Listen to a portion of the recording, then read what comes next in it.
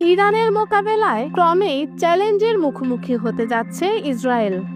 দেশটি ইরানের হামলা ঠেকাতে খুব দ্রুতই প্রতিরক্ষা ক্ষেপণাস্ত্র সংকটে পড়তে যাচ্ছে। আগামী 10 থেকে 12 দিনের মধ্যেই ইসরায়েলের প্রতিরক্ষা শক্তি ফুরিয়ে যেতে পারে। বুধবার ওয়াল স্ট্রিট জার্নালের বরাতে টাইমস অফ ইসরায়েলের এক প্রতিবেদনে এ তথ্য জানানো হয়েছে। মঙ্গলবার ওয়াশিংটন পোস্টের এক প্রতিবেদনে মার্কিন ও ইসরায়েলি গোয়েন্দা সূত্রের বরাতে বলা হয়েছে, ইরানের বর্তমান হামলার হারে ইসরায়েল তার বিমান প্রতিরক্ষা ব্যবস্থা 10 থেকে 12 দিন পর্যন্ত টিকিয়ে রাখতে পারবে। এরপর তাদের মার্কিন যুক্তরাষ্ট্রের কাছ থেকে অস্ত্রভান্ডার পুনরায় পূরণ বা যুদ্ধে আরও সরাসরি সহায়তার প্রয়োজন হবে। সূত্রটি জানিয়েছে, এই সপ্তাহের শেষের দিকেই ইসরায়েলকে নির্বাচন করতে হবে তারা কোন ধরনের ক্ষেপণাস্ত্রগুলো ঠেকাতে চায়। তিনি বলেন, প্রতিরক্ষা ব্যবস্থা ইতিমধ্যেই অতিরিক্ত চাপের মুখে রয়েছে। প্রতিবেদনে আরও বলা হয়েছে, ইসরায়েল সব ক্ষেপণাস্ত্র জনবসতিহীন স্থানে আঘাত হানবে সেগুলো তারা ছেড়ে দিচ্ছে। বড় ধরনের ক্ষেপণাস্ত্র হামলার মুখে জনবহুল এলাকা বা গুরুত্বপূর্ণ অবকাঠামো লক্ষ্য করে ছোড়া সব ক্ষেপণাস্ত্র ঠেকাতে তারা ব্যর্থ হয়েছে।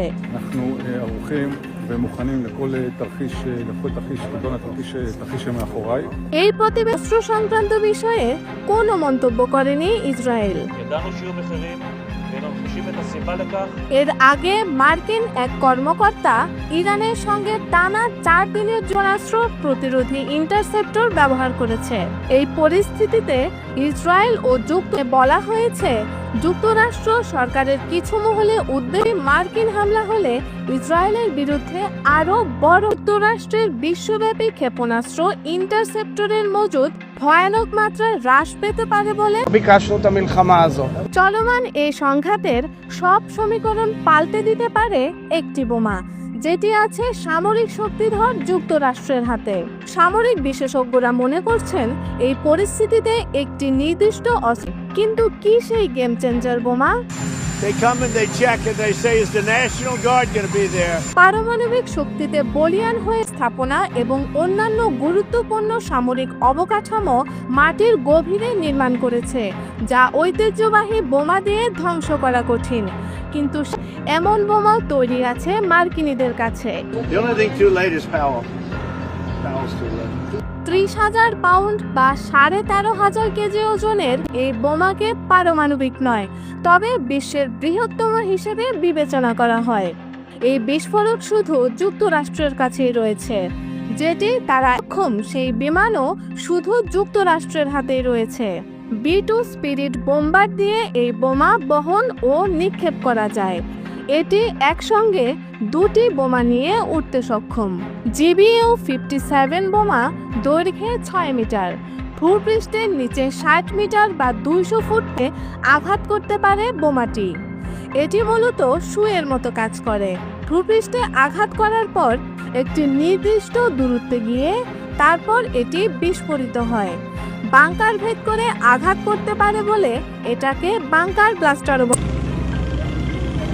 সেন্টার ফর নিউ আমেরিকান সিকিউরিটির ফেলো কার্টন হেলিক বলেন, এ ধরনের বোমাকে ঢালাওভাবে বাংকার ব্লাস্টার বলা হয়। এগুলো সাধারণত 2টি কাজ করে। নিচে থাকা বাংকার এবং সাধারণ বোমার মতো এগুলো সঙ্গে সঙ্গে বিস্ফোরিত হয় না। ফোর্দো পরমাণু কেন্দ্র, এই কেন্দ্র পাহাড়ের অন্তত 80 মিটার দূরত্বে অবস্থিত বলে ধারণা করা হয়। চায় ইরানের এই পারমাণবিক কেন্দ্র ধ্বংস করতে। ধ্বংস করা অসম্ভব বলে জানিয়েছেন বিশেষজ্ঞরা। যুক্তরাষ্ট্র বেশ কয়েকটি GBU-57 MOP বোমা ভারত সাগরে ইরানের 4000 কিলোমিটারের মধ্যে বিমান ঘাঁটিতে রেখেছে। তবে চলমান এই সংঘাতে ট্রাম্প এই বোমা ব্যবহার করবে কিনা তা নিশ্চিত নয়। এছাড়া B2 স্পিরিট বোম্বার একবারে 11,000 কিলোমিটার পর্যন্ত যেতে পারে, অর্থাৎ এটি ইরানের দূরত্বের মধ্যেই আছে। ইসরায়েলের পক্ষ নিয়ে যুক্তরাষ্ট্র সেটা করে, তাহলে ধ্বংসযজ্ঞের খেলা নতুন করে শুরু হতে পারে।